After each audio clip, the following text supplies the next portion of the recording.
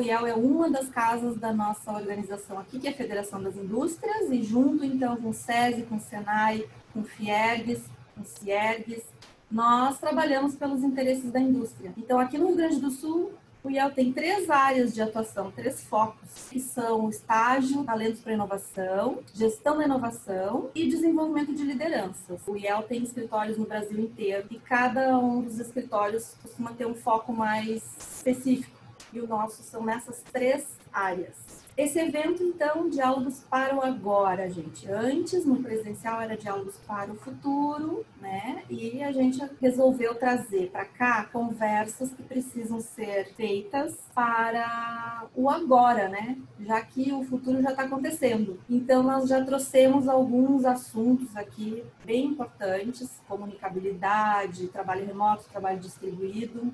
Bom, como eu comentei antes, nós trouxemos já a questão do trabalho remoto, trabalho distribuído, da comunicação, ferramentas, técnicas. E o e-commerce também tem se mostrado uma solução super vantajosa para as empresas, tá? E principalmente assim, em termos de custo, de visibilidade, né? Então, não é à toa que houve um boom, um crescimento no comércio eletrônico ultimamente. Tem uma pesquisa da Associação Brasileira de Comércio Eletrônico que diz que subiu 58,6% as vendas online nos 5 primeiros meses de 2020, em comparação com 2019. Então, é um boom mesmo. E nesse contexto, a gente realmente pode observar oportunidades muito legais de emprego na área de logística, atendimento ao cliente, tecnologias, né?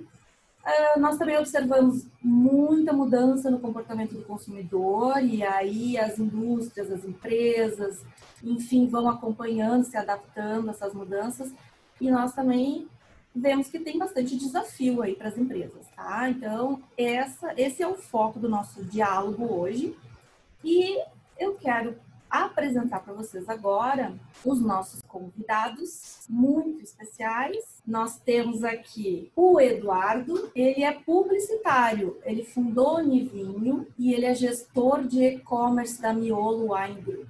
E eu também tenho aqui um colega, um parceiro da nossa casa aqui, o Rubens D'Agostini.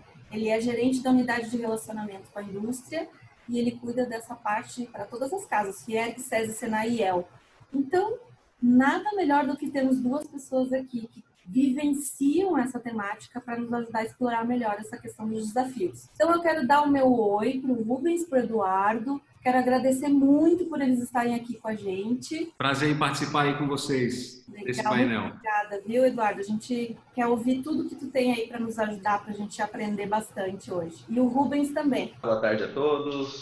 O Rubens vai ser, então, o co-anfitrião aqui, né, Rubens? Você vai me ajudar a gente explorar aqui. Antes de eu passar a palavra para ti, para o Eduardo, eu vou jogar aqui na tela umas perguntinhas bem simples, bem rapidinhas para vocês responderem, porque aí nós temos como conhecer um pouco melhor vocês. 100% das pessoas que estão aqui já faziam compras pela internet antes, 95% das pessoas pretendem fazer mais compras online. Como empresa, em relação ao mercado digital, 19% não está atuando, 29% já estava se organizando antes da pandemia e agora está surfando nessa onda, 29% começou a se organizar agora a partir da pandemia, 24% a empresa já está bem organizada e está se consolidando no mercado digital já. Tá? Então é legal a gente conhecer a realidade de vocês aqui. Finalmente eu vou passar a palavra então para os nossos convidados. Rubens e Eduardo, tudo com vocês aí. Bom, mais uma vez, boa tarde a todos. É muito bom estar aqui para conversarmos um pouco sobre desafios do mercado digital. A palavra desafio nos motiva por si só, ainda mais no momento em que temos que nos reinventar, né? Falávamos há pouco tempo sobre de que maneira a gente se reinventa no processo de vendas. O mercado digital vem como uma das formas de que a gente consiga avançar nesse processo, que a gente consiga estar próximo ao nosso consumidor, mesmo estando distante fisicamente. Acho que uma das reflexões é essa: estamos distantes fisicamente, mas precisamos estar próximo ao consumidor em si, seja na linha de serviços, seja na linha de produtos. E para se falar em desafio, é impossível não falar em cultura, não remeter à cultura. A gente vai falar um pouquinho também sobre como avançar para empresas que ainda não têm processos estruturados em suas vendas digitais, mas de nada adianta se criar um canal de vendas se um processo cultural também não for sendo trabalhado junto dentro da organização. Então, o nosso convidado da indústria também, o Eduardo, do Grupo Miolo, vem para contribuir um pouquinho com a gente, para falar um pouco desse processo de migração, mas eu diria que é além de migração, é de expansão. As vendas elas não vão migrar para o digital, elas são expandidas para o digital. Os canais tradicionais eles ainda vão existir, eles estarão presentes na opção de compra do consumidor, mas a expansão para outros canais, de que maneira a gente expande esse processo, né? Então, o nosso bate-papo de hoje é para falarmos um pouco mais sobre esse processo de expansão, de que maneira a gente tem trabalhado com os novos consumidores, com o consumidor tradicional que vivencia num primeiro momento um processo de compras online. Antes de passar a palavra para o Eduardo, para a gente falar um pouquinho sobre esse processo de expansão, queria fazer somente 2 destaques. Inclusive pela Associação Brasileira de Comércio Eletrônico e pela Nielsen, existe um comparativo que no ano de 2011, em bilhões de reais, o faturamento do comércio eletrônico no Brasil ele era de 18 bilhões. No ano de 2019, pré-pandemia, sem os resultados ainda de 2020, ele já era de 61,9 bilhões de reais. Então, o quanto esse processo vem avançando e a gente entra no momento agora em que ele tem como tendência a se acelerar mais ainda. E também em 2019, a gente teve 10 milhões de novos consumidores que não faziam nenhum tipo de compra em comércio eletrônico e tiveram a sua primeira experiência em 2019. Sabemos que os números de 2020, a própria Sabine trouxe de que um incremento muito grande e um dos desafios é que essa pessoa que venha fazer a sua compra pela primeira vez continue usufruindo dos serviços, continue comprando. Então, é em cima disso que a gente vai debater um pouco hoje.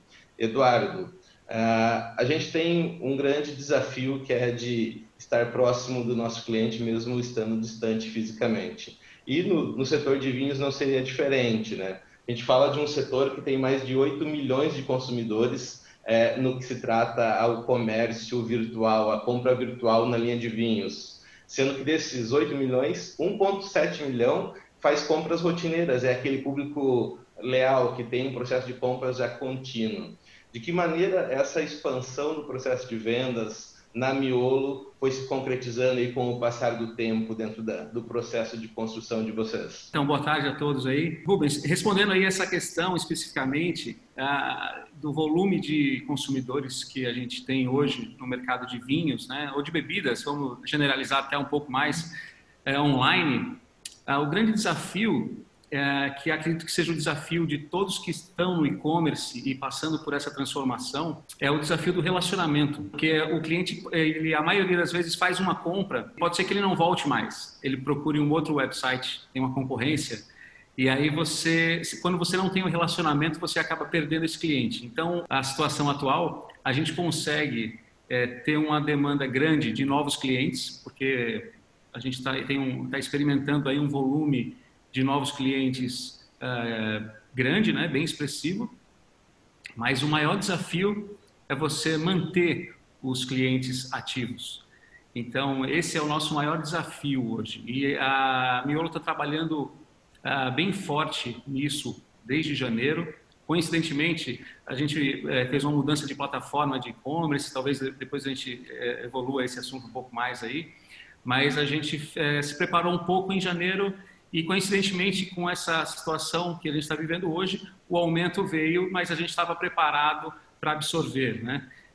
Mas acho que esses desafios são grandes, tá? De manter o cliente e de saber ter o relacionamento também com o cliente novo que chega. Esse é o maior desafio. Toca num ponto que eu acho que é questão de dúvida de muitas pessoas que entendem que é importante estar presente no mundo das vendas digitais, das vendas virtuais, mas ainda não estão preparados para. A gente, obviamente, sabe que e acompanha isso, que quem já estava um pouco mais avançado, estava preparado, teve mais facilidade para se manter e ter até crescimento de vendas, né? A gente tem vários setores com crescimento de vendas nesse momento. Mas se fosse trazer aí uma dica para quem não está preparado, né, que está iniciando agora, qual seria o primeiro passo? A gente fala em plataformas, a gente fala em formas de se organizar, mas qual seria o primeiro passo para quem está assistindo a nossa live hoje pensando, eu preciso entrar nesse mercado digital, mas não sei por onde começo? Bom, acho que a primeira coisa que você tem que fazer é entender o teu cliente, entender o teu consumidor, quem compra teu produto, quem compra teu serviço. Onde essas pessoas estão? Elas se relacionam como? Elas compram via website? Elas compram via aplicativo? Elas compram via WhatsApp? Né? Elas não compram ainda online? Então, assim, entender o teu consumidor, teu cliente, né? A tua linha de produto é o mais importante, né? É o ponto principal. E depois disso, você tem ferramentas hoje que você consegue iniciar, mesmo com baixíssimo investimento ou quase nenhum investimento, né? Você consegue fazer vendas. Eu tenho exemplo de cidades pequenas do interior que não faziam delivery, né? E agora na pandemia começaram a fazer delivery. E olha só, as cidades do interior todas, a maioria dos restaurantes e lanchonetes fazendo entrega que não faziam antes, utilizando o WhatsApp para vender, né? Então, assim, a solução da venda digital, ela existe de forma barata, né? E a gente não precisa de muito para conseguir entrar. Então, assim, basicamente, escolher uma plataforma de venda, seja ela o WhatsApp, seja ela uma plataforma de e-commerce mais robusta, mais simples, e ter o relacionamento com o cliente, que é aquele primeiro ponto. Então, você entender o seu cliente, como ele compra, né, é o mais importante. Então, ferramentas existem várias, né, formas de vender também nesse mercado digital, mas não adianta você investir numa ferramenta se o teu consumidor não está lá para comprar, né? Então, esse é um desafio. Passa por um processo de mudança de comportamento também, né? Comportamento de consumo, mas também comportamento de venda. A gente fala que, a partir do momento que se dispõe a ter um processo digital de vendas, e seja ele, como tu trouxe, por ferramentas estruturadas de e-commerce ou por outros canais, passa também por uma migração desse processo. Até então, a venda tradicional, ela permite aí, seja o segmento, seja serviço, seja produtos dentro da indústria ou fora da indústria, no comércio, ela permite que tu tenha horário de funcionamento, né? É comum a gente chegar num estabelecimento e olhar dentro do seu horário de funcionamento que ele está fechado e eu não pude executar a minha compra. A partir do momento que a gente traz para um processo digital, esse horário de funcionamento passa por uma mudança, né? A gente está falando de 24 horas, 7 dias por semana, principalmente quando a gente está numa ferramenta de e-commerce. Muda-se o conceito, não é o horário de funcionamento do estabelecimento, e sim o horário de funcionamento em que o cliente deseja fazer a sua compra. Qual é a disponibilidade dele? Pode ser nas mais diversas disponibilidades, durante o dia, durante a noite, final de semana. Então muda esse processo também, né? E a gente traz que o próprio e-commerce é mais um vendedor. É mais um processo de venda dentro de uma organização, e esse vendedor ele tem que conversar com os demais. E é nesse sentido que eu queria falar um pouquinho contigo agora. Com certeza, a Miolo tem outros processos de venda dentro da sua estrutura e incrementa com o processo de e-commerce. Deve ser uma dúvida também de quem está iniciando nesse processo, como trabalhar os dois públicos. Eu tenho um público das vendas presenciais, e permanecerá, ele continuará, mas eu tenho também uma nova frente de vendas, um novo vendedor que é um canal de e-commerce. Como trabalhar essas duas frentes de maneira harmônica? Bom, Rubens, então, você tocou num ponto bem importante, né? Acho que muitas empresas acabam não ingressando no mercado digital, né, na venda online, por achar que precisam de uma estrutura grande para fazer isso, né? Então, empresas pequenas, até médias empresas também, às vezes não fazem uso dessa ferramenta, né, por acharem que precisam de uma estrutura grande ou de uma ferramenta cara, poderosa, robusta. E isso não é verdade, né? A gente consegue hoje, a gente tem algumas ferramentas que a gente consegue iniciar, né, com um custo bem baixo. Mas, assim, o desafio dos canais, como tu falou, é importante, eles nunca vão deixar de existir, né? Realmente, a venda física, mas, pelo menos aqui na Miolo, a gente tem um projeto aí que começou em janeiro, de avançar bastante no digital. Mas, principalmente, não apenas vendendo vinho, né? Porque a gente vende experiência também, né? De consumo, né? Mas a gente vender, colocar também à disposição das pessoas na plataforma informação, mais informação. Então, o desafio hoje de qualquer e-commerce, de qualquer empresa que comece a fazer vendas online, é conseguir levar mais informação para o consumidor. Vender através da informação e não só através de promoção, através de mostrar o produto e preço. É trazer mais conteúdo para o consumidor.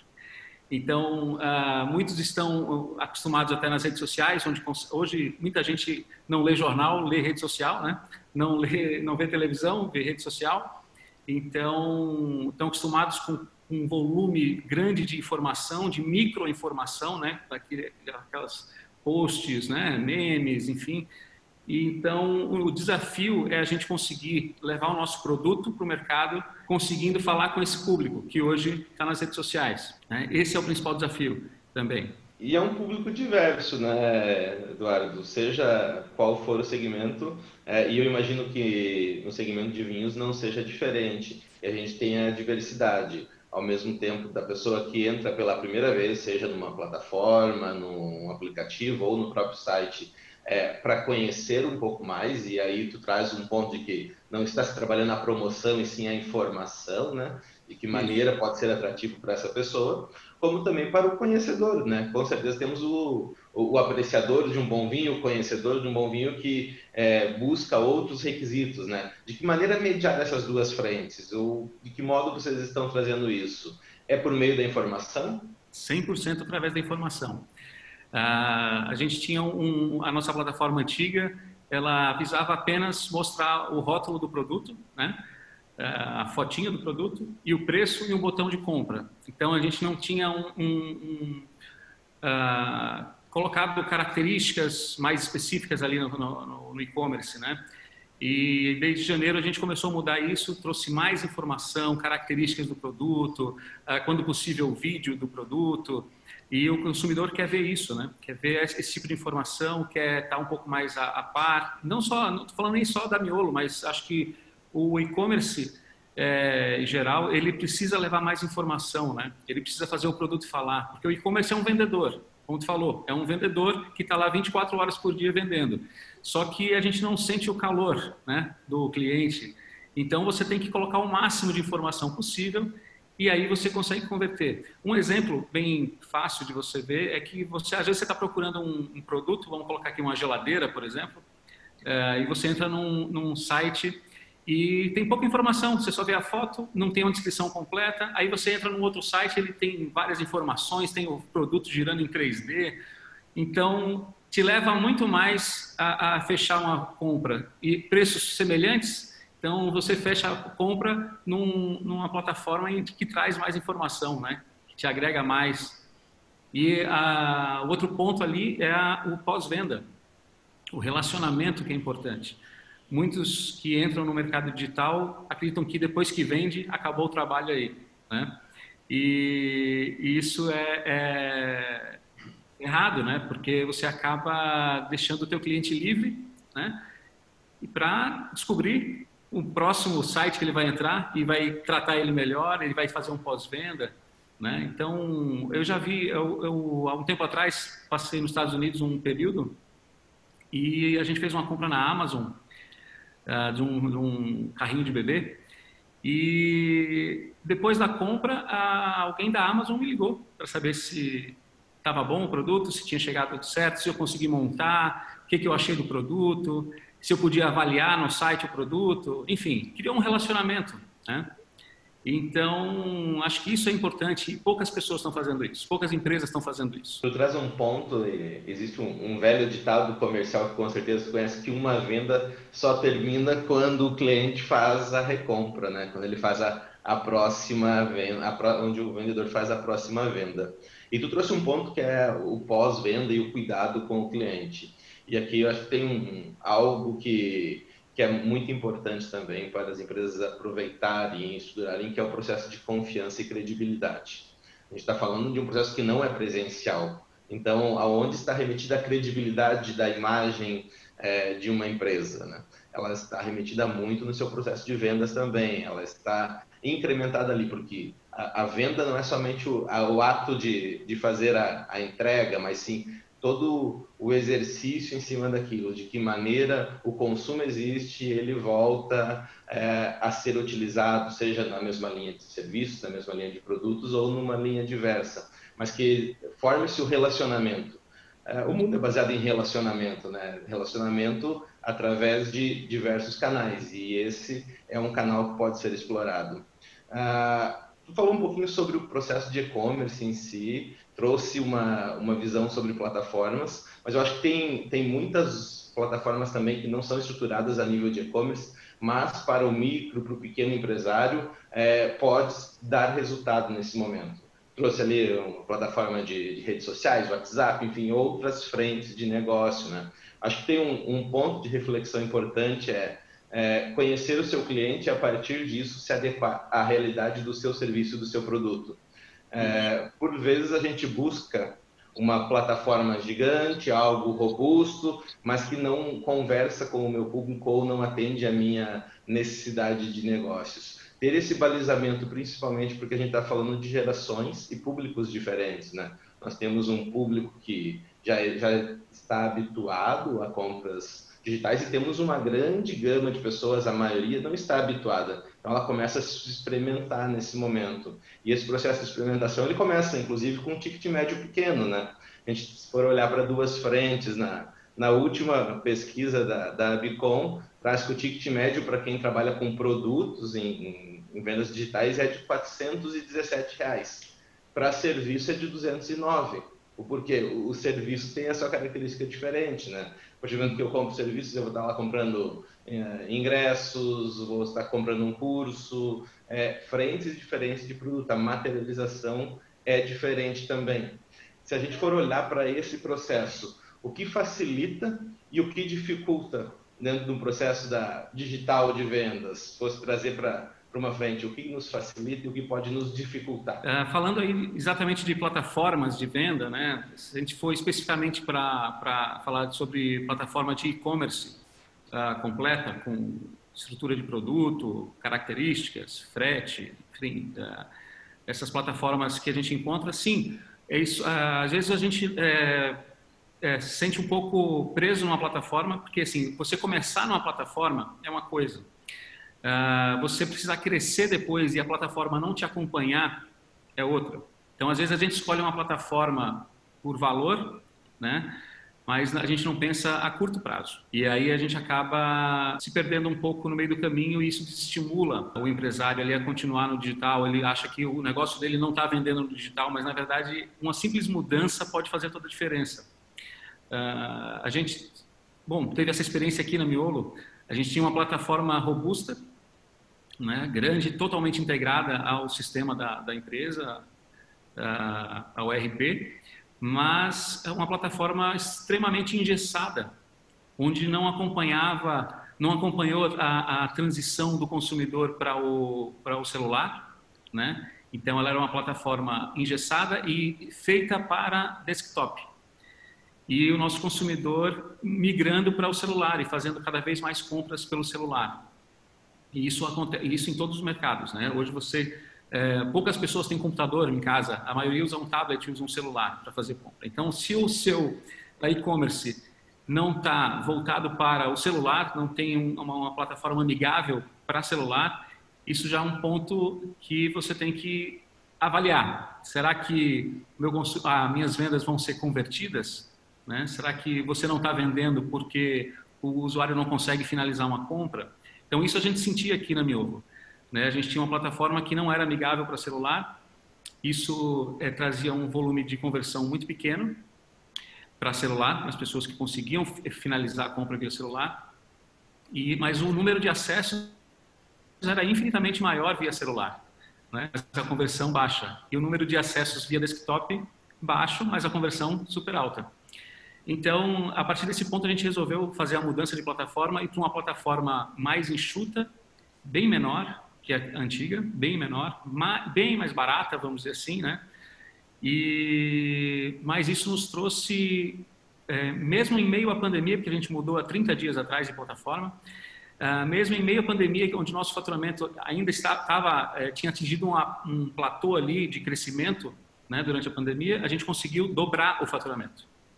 Então, isso foi bem expressivo nos últimos 30 dias aí que a gente está rodando a plataforma. Então, assim, apenas o simples fato de você escolher uma plataforma que consiga ter um nível de informação melhor para o seu consumidor, vai te trazer já mais venda, entendeu? Já te traz um faturamento maior, o cliente já consegue comprar melhor, aumenta o seu ticket médio, né?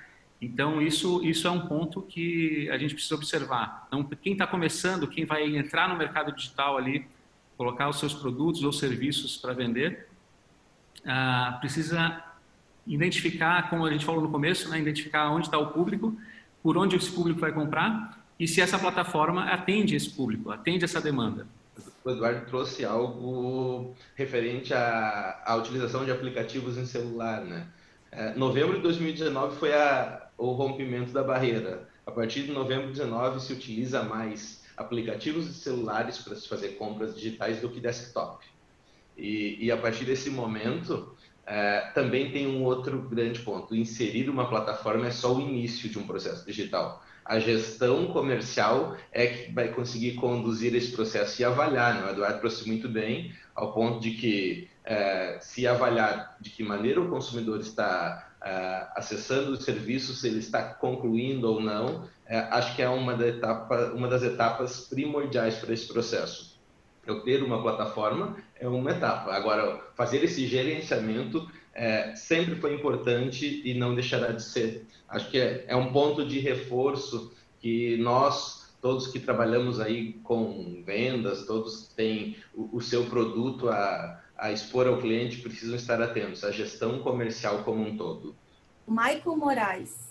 Eduardo Lapenda, o quão complexo foi definir a persona para a plataforma de vendas online na tua empresa?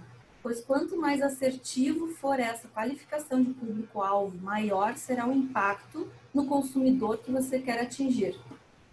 Isso. Bom, boa pergunta. Definir a persona, então, quando você, por exemplo, você está começando um negócio, tá? Se você já tem um negócio há algum tempo, então provavelmente você já tem um perfil de cliente que você atende, então é mais fácil de você montar essa persona. O que é a persona? A gente usa muito essa persona para fazer os anúncios, né? Os anúncios que a gente faz em redes sociais, Facebook Ads, Google Ads. Então, a gente monta uma persona que é basicamente a gente monta duas personas, na verdade, aqui. A gente faz uma persona que, no nosso caso aqui, é homem de 45 anos e a gente também tem uma mulher entre os 35 e 45 anos e aí monta as características dessa pessoa. Então, a gente consegue ter um volume de acessos grande, então a gente tem essa informação de faixa etária, os últimos pedidos, o que essa pessoa gosta, né, em que padrão ali de vinho que ela costuma consumir. Então, aqui a gente consegue montar bem certinho essa persona, porque a gente tem muita informação já. Mas quando a pessoa está começando a ingressar ou está começando uma empresa nova e vai começar no digital, você precisa criar. Então, precisa pensar basicamente quem é que compra meu produto. É um estudante? É um universitário? Né? Já uma pessoa de 50 anos, 60 anos? Né? Então, definindo essa persona é importantíssimo. Então, mas para isso você precisa conhecer o teu produto. Né? Quem consome ele, antes de tudo.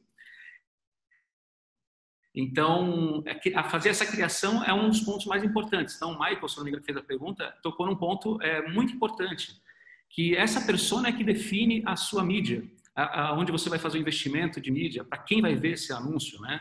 Então, hoje em dia, nas redes sociais, quando a gente faz anúncios, a gente consegue criar um funil, filtrar bem essas pessoas e mostrar um anúncio só para aquelas pessoas. Então, eu tenho outro exemplo também, quando a gente não utilizava uma persona, quando a gente não tinha uma persona feita do consumidor de vinho miolo. Nós tínhamos um investimento em mídia, E esse investimento ele era feito de forma mais abrangente. Então, ele não mostrava apenas para as pessoas que compravam vinho, né? Mostrava para quem gostava de vinho, mas não comprava. Então, convertia muito pouco.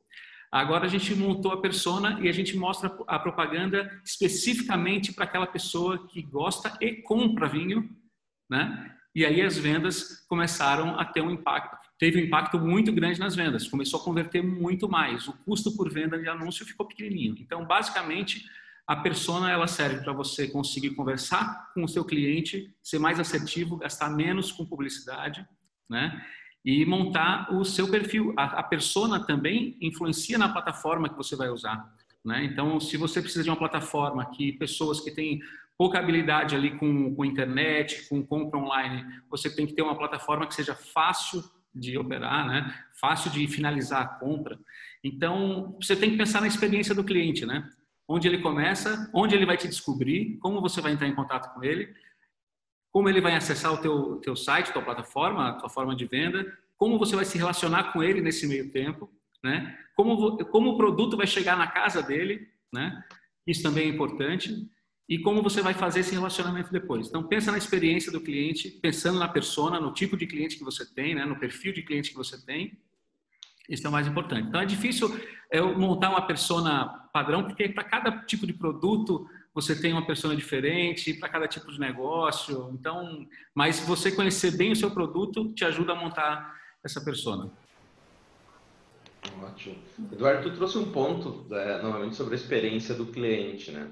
E eu queria aproveitar esse teu ponto para reforçar algo que é comum nas vendas digitais. Trouxe o perfil desse cliente e conhecer o perfil desse cliente para ser mais assertivo. Quais os cuidados que são necessários para não passar do ponto? E eu te trago no seguinte exemplo. Existem muitas empresas que estão utilizando os dados do cliente para esse contato, e esse contato é salutar, mas de que maneira não fazer que esse contato seja invasivo, não seja além do dia. Eu trago alguns exemplos de empresas que enviam 3, 4 e-mails por dia, propaganda, informações, elas superlotam o cliente de informação e aquilo que era para ser atrativo torna-se algo reativo. O cliente acaba se descadastrando daquele meio de negócio, acaba ganhando até uma certa resistência àquele perfil de empresa. Que tipo de cuidados vocês trabalham ou trouxeram nessa perspectiva de é importante ter o contato com o cliente, estar presente, mas não ultrapassar essa barreira? Tá. Bom, você pode fazer isso dessa forma, como você falou, né? Tem empresas que mandam 3, 4 e-mails por dia. Eu recebo vários e-mails da mesma empresa por dia, de várias empresas, mas a maioria é só tentando me vender, né? Me vender algo. Então, a gente tem que pensar em algumas coisas. Primeiro, a informação, o relacionamento e informação é muito mais importante do que a venda. Você consegue converter muito mais fácil depois, quando você já muniu o teu cliente de informação, né? Teve um relacionamento com ele, a venda vem natural. Você pode usar gatilhos mentais ali, gatilhos emocionais durante o processo e fazer com que a reciprocidade até gere a venda, né? Então, por exemplo, hoje a gente está vendo um boom de venda de serviços de curso online, por exemplo. Então, existe uma fórmula de você fazer a venda de cursos online hoje. E muitas pessoas estão aplicando. Algumas de uma forma certa, outras de uma forma não tão certa, mas tem um boom de venda. O que acontece? Você entra na rede social dessa pessoa, essa pessoa está te dando informação, faz live. E no final de uma semana, no final de 15 dias, ela vai lá e te vende um curso. E aí o que a pessoa faz, que está interessada no assunto? Nossa, ele já me deu tanta informação de graça, né? Informação boa, conteúdo relevante. Imagina o que não tem no curso pago. E a pessoa vai lá e compra o curso. Ou então, ela já me deu tanta informação, eu já ganhei tanto, que eu vou comprar o curso, né? Então, assim, a informação é muito importante. Então, quando você começa a enviar e-mails, mensagens no WhatsApp, só para venda, só promocional, preço produto, você acaba reduzindo a sua curva de relacionamento com o cliente, tá? O tempo de vida que esse cliente tem junto contigo. Então, é importante, por isso que eu volto naquela primeira técnica, na primeira frase que a gente falou no início lá, relacionamento. Relacionamento é muito mais importante do que a venda direta, tá? A venda direta é o que traz o teu objetivo, né? Você precisa vender, mas você precisa criar um relacionamento. Hoje em dia, cada vez mais, né? Você precisa fazer isso, porque o número de mensagens que as pessoas são impactadas durante o dia é enorme, né? Então, eu recebo várias propagandas, mas se você, Rubens, começar a me falar sobre um produto e um dia você falar assim, olha só, acabei de comprar esse produto, você faz um relato, um depoimento falando do produto que você comprou, a probabilidade, se eu me interessar pelo assunto, eu vou comprar o produto que você me falou, né? Ou que você está vendendo, porque a gente criou um relacionamento, né? Tu me manda informações sobre esse produto, sobre tendências de uso desse produto, desse serviço, e eu acabo comprando contigo, porque a gente tem relacionamento, né? Então, relacionamento, eu acho que é a palavra que faz a diferença hoje em dia na venda digital. Porque a gente não tem mais o contato físico, né? Hoje mais ainda, né? Durante essa pandemia, mas o relacionamento é o que vai esquentar essa venda posterior. A venda é consequência do relacionamento, né? Isso. E tu trouxe um outro ponto ali, que é o contato físico durante a pandemia. Muito se fala que a pandemia foi um acelerador para o processo das vendas digitais, mas tu acredita que, passado esse momento de pandemia, esses números desaceleram, se permanecem, ou a gente vai ter uma migração? Esse novo público que está adentrando agora, fazendo as suas primeiras compras, deve permanecer? Ou isso vai depender muito dessa experiência? Eu falava muito sobre os cursos, tu trouxe cursos, a experiência que as pessoas estão tendo com os cursos por meio de compra digital também pode mudar o meio que a gente olha para um EAD, né? Então, é a vertente de eu estou experimentando, a tendência é eu irei permanecer nesse processo, desacelerando um pouco a tendência, mas de que maneira vai ser essa desaceleração? Ela não vai ser abrupta? Eu acredito que não, viu, Rubens? Eu acredito assim, que pelo menos 50% das pessoas que começaram a fazer suas compras online ou que intensificaram essas compras online vão permanecer. Eu vou te dar um exemplo pessoal, tá? Dá licença, eu vou fazer essa experiência. É que a gente teve em casa, por exemplo. Eu compro muito livro na Amazon, muito livro. Então, toda vez em casa, toda semana chega 1 ou 2 caixinhas da Amazon com livro. E um dia desses chegou uma caixa enorme. Eu falei, nossa, né? E minha esposa também compra muito livro para minha filha, né? Faz o homeschooling, então a gente acaba comprando muito livro infantil também. Só que veio uma caixa enorme, eu falei, nossa, quanto livro comprou? E aí, quando eu abri a caixa, tinha um amaciante de roupa. Um amaciante de roupa. Eu falei para minha esposa, eu falei, nossa, mas comprou um amaciante de roupa? Ela falou assim, sim, é a marca que a gente compra pela metade do preço. Quando eu fui comprar o livro, apareceu lá, compre junto. Comprei. E frete grátis. Eu falei, então assim, olha só como a gente está mudando o nosso comportamento. Então agora a gente já começou a fazer compras de itens de mercado, que a gente faz mensal, pela internet. Algumas coisas compensam muito mais você comprar com frete grátis e entrega em casa, entendeu? Então assim, o hábito vai ser... acho que acredito que vai se tornar hábito fazer essas compras online, né? Então, quando você experimenta a primeira vez, se você usou pela primeira vez o seu iFood aí no celular, a probabilidade é que você vai pedir de novo, né? Então, é isso que as empresas do interior também que não faziam delivery, que estão começando a fazer via aplicativo, estão fazendo e estão experimentando e as pessoas estão comprando. Então, eu não vou mais até a pizzaria para pegar a pizza, ele traz aqui, né? Então, acho que essa é a tendência. Acredito que esse consumidor que experimentou durante essa pandemia fazer uma experiência online e teve uma boa experiência, a probabilidade é que ele continue. Então, pelo menos, acho que uns 50% deve continuar aí nessa pós-pandemia. É um volume bem grande, né? Só um dado a nível de supermercados, né? Vendas digitais em supermercados aumentou em 457% durante a pandemia. São dados muito significativos. Sabine, eu tenho visto que a gente tem várias perguntas ali no chat. Quer inserir mais uma pergunta para a gente? Sim, na verdade eu vou meio que fazer uma junção de duas aí para ver se a gente faz um comentário, tá? Tem a Nicole que colocou assim: em momentos de crise, é comum que as pessoas e até as empresas deixem de adquirir produtos ou serviços considerados não emergenciais, supérfluos, ou seja, aqueles que não são essenciais. Por exemplo, vinhos ou um novo curso de qualificação, que vocês já comentaram agora, tá? Mas a pergunta aqui dela é como agregar valor para incentivar e motivar as pessoas a continuarem a comprar. E tem uma pergunta aqui também que diz, do Márcio Coutro, ele pergunta se associar com sustentabilidade agrega nas vendas online. Bom, eu vou pegar essa última que você me fez a pergunta de sustentabilidade e eu vou te dar um exemplo nosso aqui da Miolo. Todos os vinhos da Miolo, eles são veganos, já eram veganos.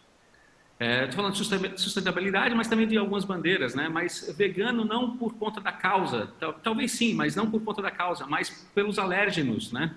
Que podem conter no vinho e fazer mal a alguma pessoa que tenha algum tipo de alergia, enfim, né?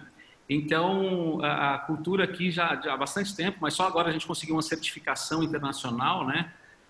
De vegano, mas a gente foi buscar essa certificação para atestar para as pessoas que o vinho não tem componentes de origem animal que possam ser alérgenas, né?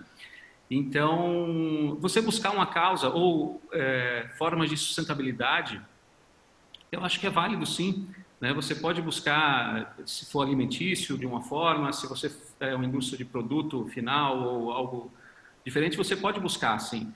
Agora, se agrega valor, aí vai depender do teu trabalho de informação, de como você coloca esse valor no teu produto para empacotar e entregar para o teu cliente. Como você mostra essa sustentabilidade, né? Então, é difícil a gente avaliar que impacto vai ter, se você vai vender mais ou se você vai vender menos.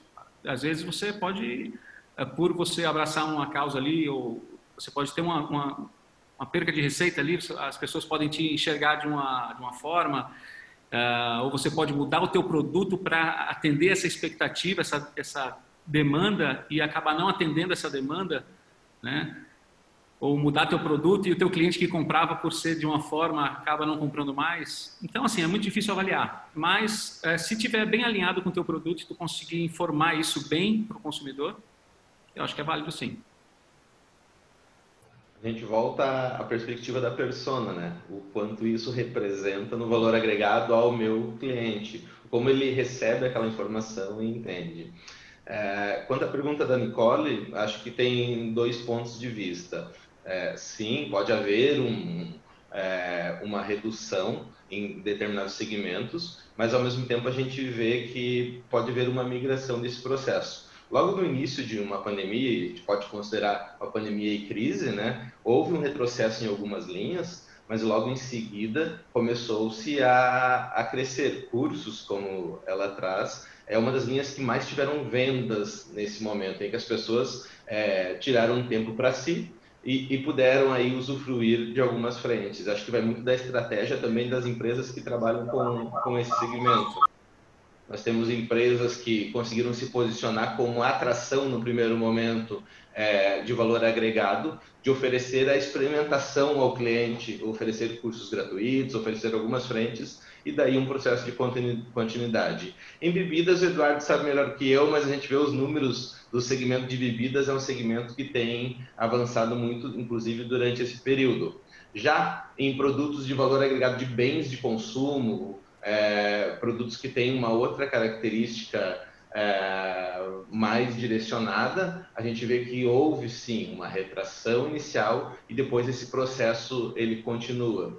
No primeiro momento teve dois destaques: farmácia e supermercado. Era o início de uma pandemia. A partir do momento em que a gente não diz que vai normalizar um processo de pandemia, mas pelo menos que começou a haver um distanciamento de tempo, as pessoas começaram a entender essa nova rotina, o processo de compras ele volta a níveis considerados ali normais para o momento. As empresas, os palestrantes também vendem nos principais marketplaces. Para que tipo de empresa o marketplace é indicado para vender na internet? Hoje a Miolo ela não está em nenhum marketplace, tá? A gente vai fazer algumas ações em marketplaces específicos, tá? Mas hoje a Miolo não está presente em nenhum marketplace. Mas nossos clientes estão. Então, alguns lojistas que vendem nossos produtos estão. Então, os produtos da Miolo são encontrados em marketplace, mas não através da vinícola. Tá? Esse é um passo que a gente vai dar posteriormente, agora amadurecendo a nova plataforma, né? Então, provavelmente nesse segundo semestre a gente comece a ter uma participação em alguns marketplaces. Tá? Mas o ingresso no marketplace ele tem que ser bem pensado e você tem que ter um objetivo. Às vezes você tem um objetivo só de vender, mas aquele produto ele não vende no marketplace. Por exemplo, no nosso caso mesmo, vinho, eu não acredito que vinho tenha uma venda expressiva no Mercado Livre, por exemplo. Tá? Eu não acredito que vinho tenha uma venda expressiva no site, no marketplace das Casas Bahia, por exemplo. Né? Então, assim, você tem que pensar bem se o teu produto ele se encaixa. Agora, existe uma outra forma de você utilizar os marketplaces, que é para você colocar o teu produto ser visto no mercado. Então, a pessoa está lá vendo uma geladeira nova e vai aparecer uma garrafa de vinho. E ela vai ver a tua marca e vai ver o teu produto.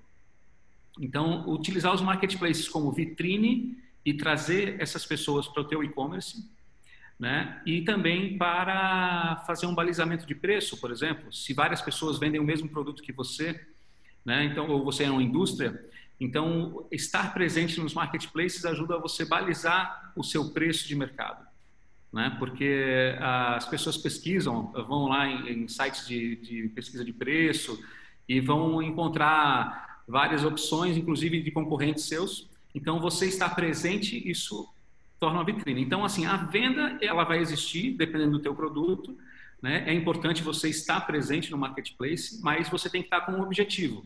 Então, se o teu objetivo é vender muito pelo marketplace, é preciso que o teu produto esteja em marketplaces certos, específicos, né? E eu acho que essa é uma tendência que pode acontecer nos próximos anos. São os marketplaces mais nichados, como a gente fala, né? Com nichos específicos. Então, acredito que isso possa acontecer. Então, você escolher bem o marketplace onde você vai expor teu produto e ter o objetivo, se é venda ou se é vitrine, né? Então, isso é importante. A Débora Luca, de Farroupilha, sobre a Amazon. Eles estão aliando as compras com serviço de streaming, em concorrência forte com a Netflix. Como pensar de maneira criativa nos negócios e expandir nossos relacionamentos e serviços? E tem um ponto em que a gente tem que pensar, que o Eduardo reforçou por diversas vezes a experiência, mas acho que dentro da experiência tem que escutar o cliente, ouvir, entender esse cliente, no que ele se manifesta, no que ele procura, de que maneira ele tem feito, para que também esteja atrativo, né? Expandir negócios, buscar novas frentes. Existem necessidades que elas estão presentes e de que maneira a gente consegue se antecipar a alguns processos. A gente está falando de grandes referências mundiais, né? Quando fala de uma grande referência mundial, tudo que é feito ganha uma proporção muito maior.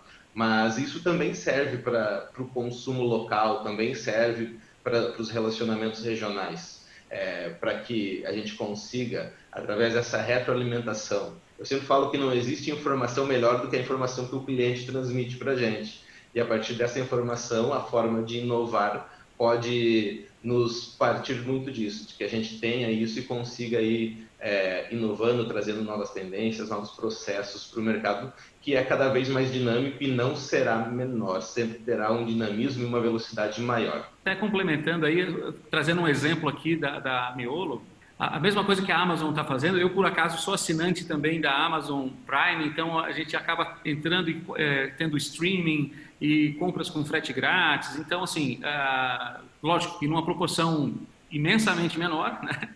A gente aqui consegue fazer algo parecido. Por exemplo, a gente lançou uma linha de vinhos chamada Sesmarias, e o que a gente poderia fazer para ter um relacionamento maior com esse consumidor, que é um vinho com um ticket mais alto, né? Então é um vinho de alta gama. O que a gente pode fazer para trazer esse consumidor para perto, ter um relacionamento, né? Que é aquela palavra-chave ali, relacionamento com esse cliente. Então, assim, todos que compraram esse produto durante a pré-venda estão participando de uma confraria. Então, a gente agrupou esses clientes dentro de uma confraria, que no caso da Amazon seria um Amazon Prime, vamos dizer assim. A gente agrupou esses clientes numa confraria e a gente tem um relacionamento com esse cliente. A gente tem também um outro produto aqui que chama Wine Maker, então a gente convida as pessoas para vir fazer o vinho aqui e a gente tem um relacionamento durante pelo menos um ano com essas pessoas enquanto o vinho está sendo produzido, que ela fez. Então, acho que buscar o relacionamento com o cliente, lógico que você tem que ter criatividade, tem que entender teu produto, entender o que teu consumidor quer. Então, criar esse relacionamento é a chave aí para você poder avançar aí, criar essas experiências para o cliente, né? Então, dá para fazer em qualquer área, dá para fazer em todas as áreas. Só precisa pensar um pouquinho e usar a tua criatividade aí. Cristiane Ramos Soares. Então, a campanha da Tami Miranda com a Natura. Entendo que a aposta foi muito mais para gerar haters e, a partir daí, gerar lovers, do que defender uma causa, embora a Natura tenha essa característica. A procura, as ações e likes ampliaram significativamente. Você entende como válida esse tipo de ação? Vou fazer um ponto pessoal aqui, tá? Não da Miolo, mas é fazer um ponto pessoal como administrador de empresa, como empreendedor, né? Você entrar em causas, né? Ou seja políticas, seja sociais, você entra num limiar ali que é muito fácil você cair para qualquer lado. Então, ou a sua empresa ela nasceu com um foco nesse assunto, né? E aí você abraça a determinada causa e aí você tem os seus clientes, ou você apostar em fazer apostar em causas para ganhar haters, lovers, enfim, como as pessoas querem chamar, ou trazer simpatizantes ou não para o seu produto ou para a sua marca, eu acho que é uma aposta muito perigosa, né? Eu acho que você pode estar posicionado, mas estar posicionado, você ter essa visão, né? E levar essa visão, essa comunicação para o cliente desde o início, tá? Agora, apostar em causas para temporariamente você ganhar, você tem um risco muito grande. Então, assim, a minha opinião pessoal, eu não faria, tá? Eu não faria, a não ser que a minha empresa fosse focada nesse nicho social, nessa forma nessa causa, vamos dizer assim, né? Então, é uma aposta muito perigosa para uma empresa que tenta atingir vários públicos, né? Então, ela pode ganhar, ela pode perder, ela pode ganhar até a curto prazo, com exposição, mas ela também pode perder se essa não for a sua causa na sua essência, entende? No meu posicionamento pessoal também sobre o tema, concordo com o Eduardo no ponto em que ele fala sobre posicionamento. Acho que é bem nessa vertente. Se a empresa entende que ela vai se posicionar daquela maneira e ter continuidade, de nada adianta se posicionar independente da causa e não ter continuidade. Daí sim vai parecer que está surfando determinada onda e ela não tiver uma continuidade daquele processo, de nada vai adiantar, inclusive, naquele ganho que ela teve momentâneo, né? Agora, assumir causas independente de qual seja a vertente, entendo que tem que ter uma continuidade e assumir riscos, né? São grandes riscos que podem ser muito bem sucedidos ou não, né? E aí vale para marcas empresariais ou até mesmo para marcas pessoais. Todos vocês devem lembrar aí do exemplo da blogueira fitness famosa que teve aí um posicionamento durante a pandemia e teve uma série de descurtidas, uma série de críticas ao seu procedimento, ao seu processo em si, e ela trabalhava dentro de uma linha de atividade física e vendia o seu serviço dessa maneira, cancelada. A Débora trouxe a palavra que me fugia. Mas acho que é continuidade e posicionamento. Independente da causa, a empresa vai ter que manter esse posicionamento. Se for pontual, de nada vai adiantar. Tem uma pergunta aqui do Felipe Andreola, tá? Eduardo, poderias falar da estratégia da Miolo sobre a utilização de inteligência artificial em vendas? Uma boa pergunta. A gente volta a falar ali, então, de ferramentas, né? De ferramentas digitais para conversão de vendas. Tá? Nós tínhamos várias ferramentas para a gente fazer recuperação de carrinhos, né? Acho que em torno de umas 6 ferramentas a gente utilizava antes. Na nova plataforma e com um novo conceito que a gente está iniciando de relacionamento, eu estou optando por fazer boa parte apesar do volume crescente de vendas, mas boa parte disso de forma manual, tá? Até para que a gente consiga realmente identificar o que vale a pena. Por exemplo, existe uma ferramenta de recuperação de carrinhos via WhatsApp. Eu acho que é um pouco invasivo. Às vezes a pessoa não quer olhar e ver que está sendo ali lembrada ou cobrada para finalizar uma compra pelo WhatsApp, é muito invasivo. Às vezes essa recuperação via e-mail funciona mais.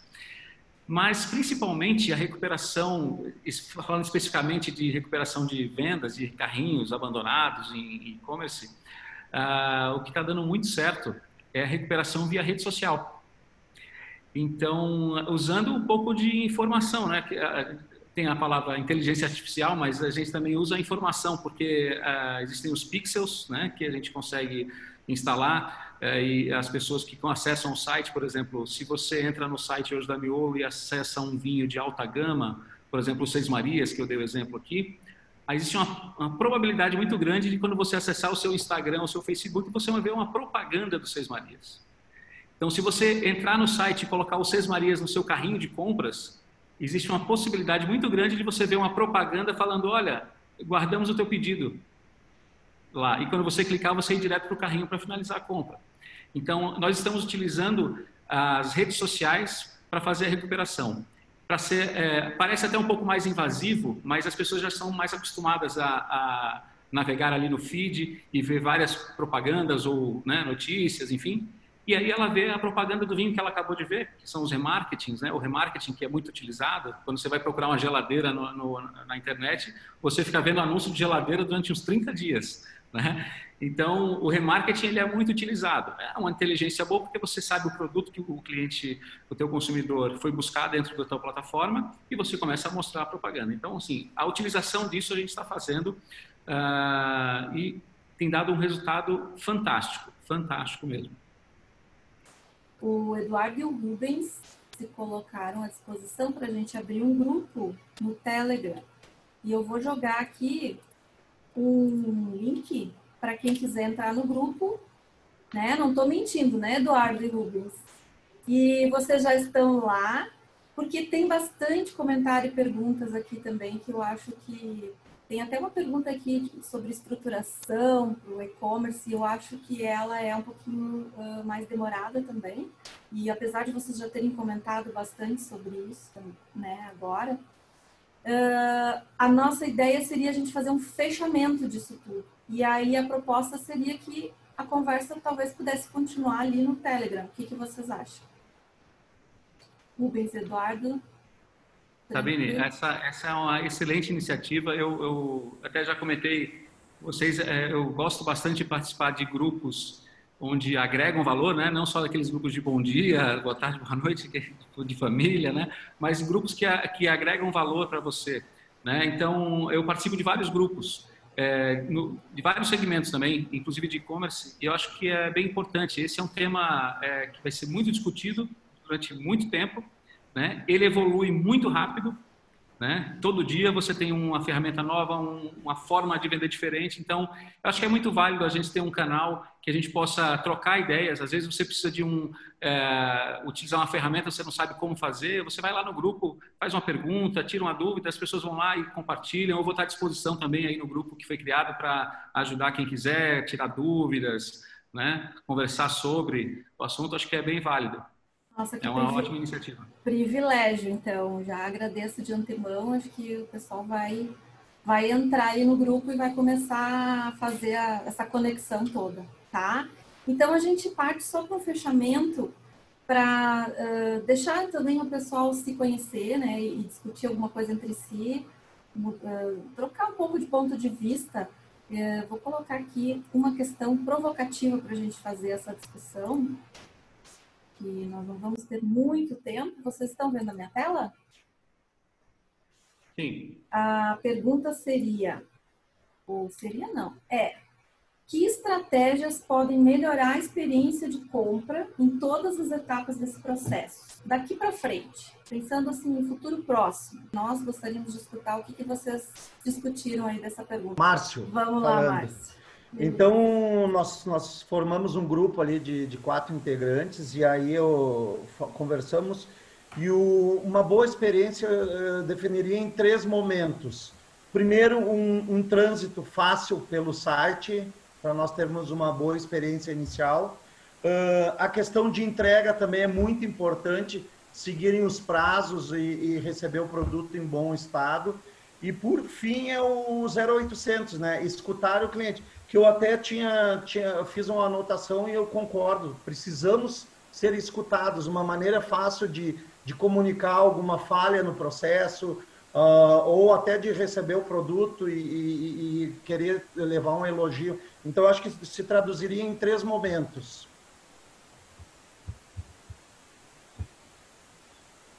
Dito isso, obrigado. Joia, eu estava no mudo. Eu posso comentar um pouquinho do que na nossa sala a gente conversou.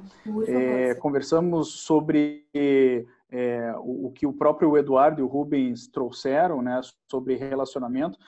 Nós acreditamos que o relacionamento e a entrega de conteúdo para os teus leads ou até mesmo para os clientes, isso é muito importante, né? E aliado a isso, né, não só a entrega de conteúdo, porque daí ele se interessa, mas também a questão de quando ele vem para fazer a compra, a questão de atendimento, né? Ter um atendimento de excelência.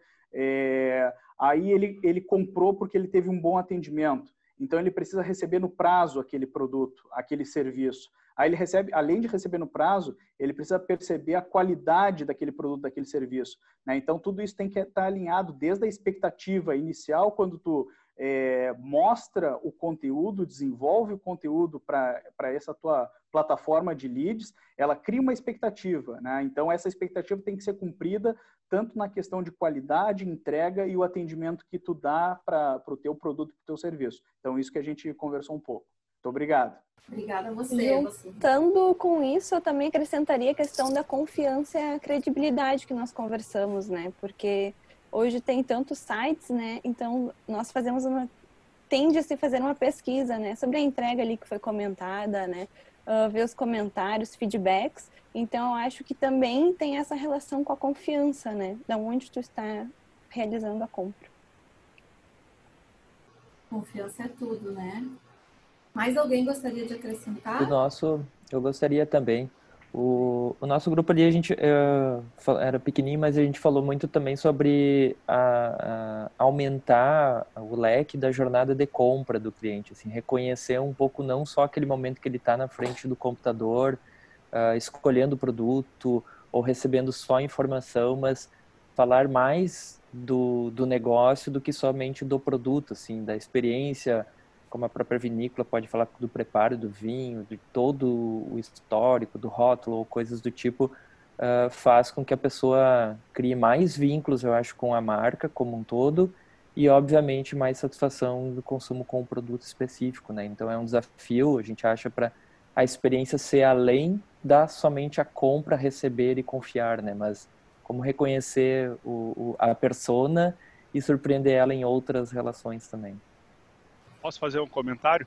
Na nossa sala, eu e o Rubens conversávamos, e eu vou tocar num ponto principal que marcou a nossa conversa, a respeito do carinho pelo cliente. E o Eduardo, na fala dele, falou muito bem, quando eu perguntei da inteligência artificial, que não dá para distanciar do cliente em relação ao carinho. E eu dei o exemplo, conversando com o Rubens, sobre uma experiência aqui em Garibaldi de comprar por um e-mail um rancho de supermercado, colocando ali 200 gramas de queijo mussarela, 800 de cenoura e receber em 32 minutos na minha casa perfeitamente aquilo que eu tinha pedido. Como nos bastidores isso aconteceu, foi muito mecânico. Foi assim, a pessoa abriu o e-mail, passou para alguém no mercado, foi lá, eu imaginei assim, a coisa acontecendo no mercado. E o carinho que a gente tem que ter pelo cliente, acho que isso vai fazer muita diferença hoje, para não ficar uma coisa mecânica, para não ficar uma coisa fria, uma coisa que se percebe que que é um robô que está fazendo isso e não um ser humano que está olhando para ti com carinho. Então, quando começa a ser bombardeado, às vezes eu brinco no Google ali ou no Facebook, pesquiso um negócio nada a ver, e eu fico semanas sendo bombardeado daquilo, porque a inteligência ela não é tão inteligente assim, vamos dizer, do que um ser humano interpretar, que foi uma brincadeira minha, que não é o meu perfil fazer isso. Por melhor que seja o algoritmo hoje da inteligência, esse carinho que o Eduardo colocou muito bem e que o Rubens reforça na nossa conversa, isso a gente não pode deixar de existir jamais.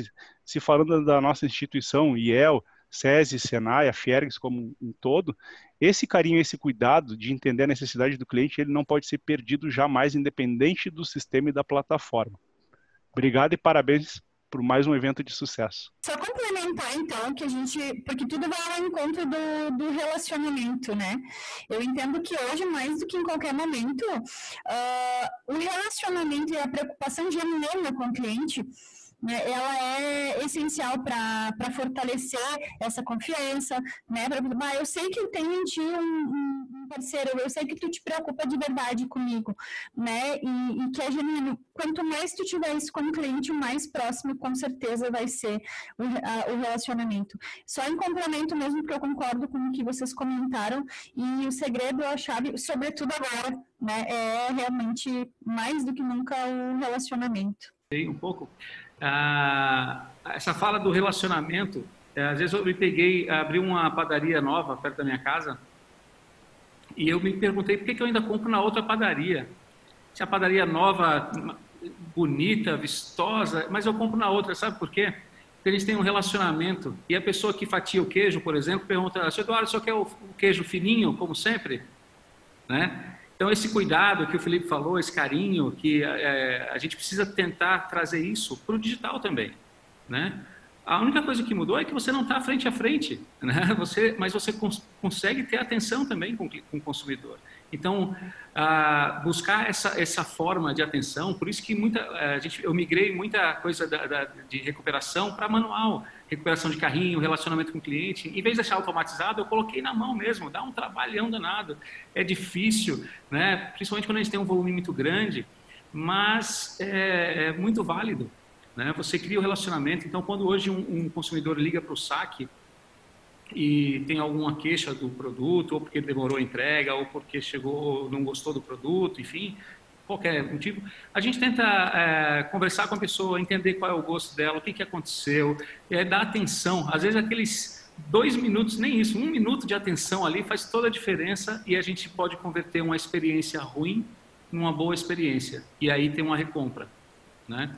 Então, acho que esse ponto que o Felipe tocou mesmo, do carinho, da atenção para o cliente, é fundamental. Quando você está começando é mais fácil, né? Depois vai ficando mais difícil com volume, mas acho que você tem, se a sua essência for essa, você vai conseguir transmitir isso no digital.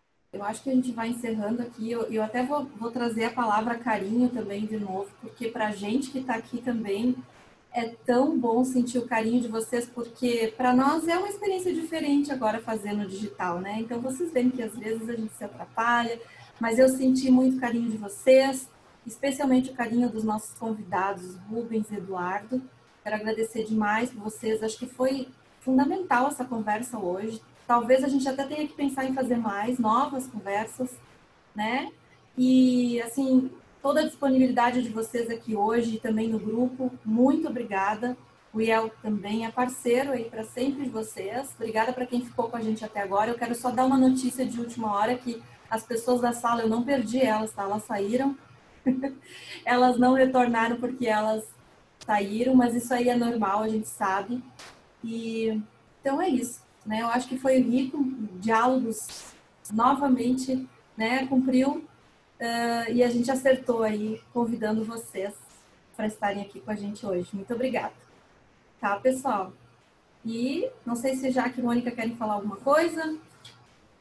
Dizer que, de novo, né? É o terceiro Diálogos do IEL esse ano. E quando estávamos no presencial, esse era um evento que a gente costumava fazer anualmente, né, meninas? Era um por ano. E agora, essa nova plataforma, essa nova forma de viver, esse novo normal, está nos aproximando, ainda que distante, de muito mais pessoas do que talvez os nossos encontros ao vivo nos anos anteriores. Então, eu concordo com o Eduardo, foi um prazer ter ficado na sala com vocês ali. Muito aprendizado. E eu acho que a nossa cara, a nossa transparência é o que realmente está fazendo a diferença no momento agora que a gente se encontra. É um prazer, gente, estar com vocês novamente aí. Um prazer todo esse dia de compartilhamento aí. E muito bom ver as carinhas, né, do pessoal que a gente está longe faz tempo já. Pessoal conhecido, muito bom ver vocês. E obrigado, Rubens, obrigado, Eduardo. Obrigado pela tarde. Rubens e Eduardo querem se despedir? Querem deixar uma mensagem? Se me permite, Rubens, antes de você, a Débora acabou de escrever que agora vai lá comprar vinho. É isso, Débora? Oh. Então, é o seguinte, usa o cupom Miolo2020, tem R$30 de desconto lá para a primeira compra, acima de R$150. Está válido aí até amanhã, para quem quiser utilizar também. Estou até botando aqui, 2020, Miolo. Fala, Márcio. Como bom vendedor, não perdeu a oportunidade. Sim, claro, sempre. Então, Eduardo, eu vou confidenciar uma coisa, tá? Que eu tenho um encontro marcado aí com 2 colegas que estão presentes aqui no final da pandemia. Nós vamos ter uma tarde lá no Wine Miolo lá. Vamos lá aproveitar um pouco, conhecer o espaço. Então, muito bem-vindos. E espero estar aqui. Em setembro, provavelmente, eu já vou estar aqui definitivo em Bento Gonçalves, né? Então, quem sabe a gente se encontra aí. Só me avisar. Eu acho que o encerramento da Unirei tinha que ser lá no final do ano. Opa! Ai.